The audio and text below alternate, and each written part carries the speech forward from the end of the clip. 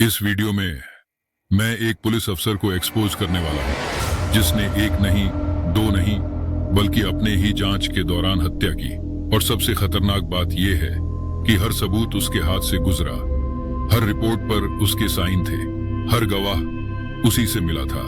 मतलब कातिल भी वही। भोपाल शहर में रात के 2:17 ठंडी हवा में धुंध तैर रही थी और शहर के सबसे सुनसान फ्लाईओवर के नीचे एक बिजनेसमैन अरविंद महाजन खून से लथपथ पड़ा था। उसका गला कटा हुआ था, चेहरे पर डर नहीं था बल्कि एक अजीब सी शांति, जैसे मरने से ठीक पहले उसने अपने कातिल को पहचान लिया हो। लाश के पास खून से लिखा था, सच देखने की हिम्मत है। उस एक लाइन ने पूरा शहर हिला दिया। केस सौंपा गया एसीपी इंस्पेक्टर रुद्र प्रताप सिंह को। मीडिया उसे सिस्टम का शेर कहती थी, क्रिमिनल उसे कसाई कहते थे। उसके नाम से गैंग्स शहर छोड़ देते थे। लेकिन उस रात जब बाकी अफसर घबराए हुए थे, रुद्र शांत था, बहुत शांत। उसके होठों पर हल्की सी मुस्कान थी, कंट्रोल्ड, नपी, तुली, जैसे वो पहले से जानता हो कि अगला मोड़ क्या होगा। अगले 48 घंटे में केस बदल गया। फॉरेंसिक रिपोर्ट संशोधित, सीसीटीवी फुटेज अधूरी, मुख्य गवाह पलट गया और हर फाइल के नीचे साइन था रुद्र। टीम में एक नया सब इंस्पेक्टर था, आदित्य चौहान। आदर्शवादी, सीधा और ईमानदार।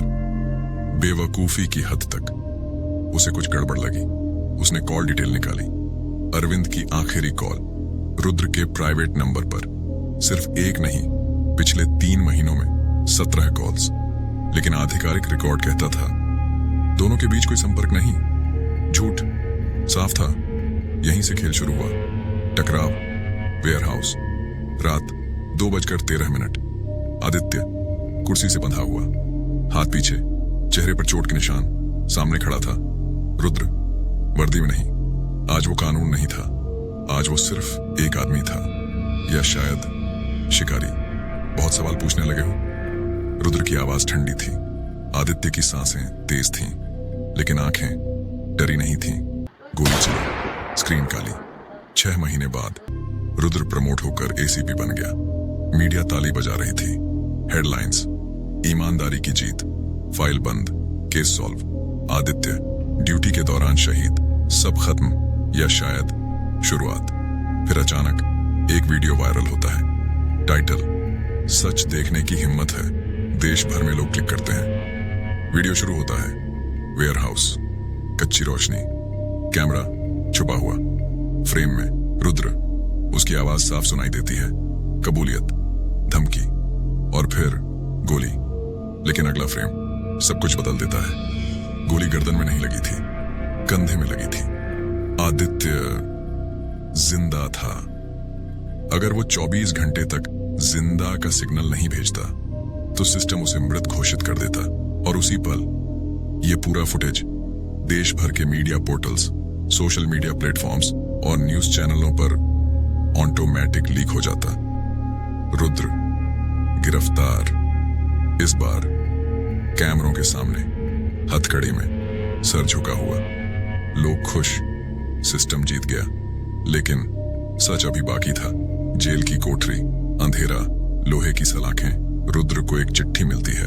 उस पर लिखा था, तुम समझते थे कि तुम खेल चला रहे हो, असल में तुम सिर्फ मोहरा थे। Sign, DCP office. रुद्र के चेहरे से पहली बार वो आत्मविश्वास गायब हुआ। उसे याद आता है, अरविंद महाजन सिर्फ एक बिजनेसमैन नहीं था, वो ऊपर तक पैसे पहुंचाता था, सिस्टम के बड़े नामों तक। रुद्र क्या था? एक कलेक्शन एजेंट, एक मजबूत हाथ, एक डराने वाला चेहरा। जब तक वो काम का था उसे बचाया गया, जब वो रिस्क बन गया उसे बलि का बकरा बना दिया गया।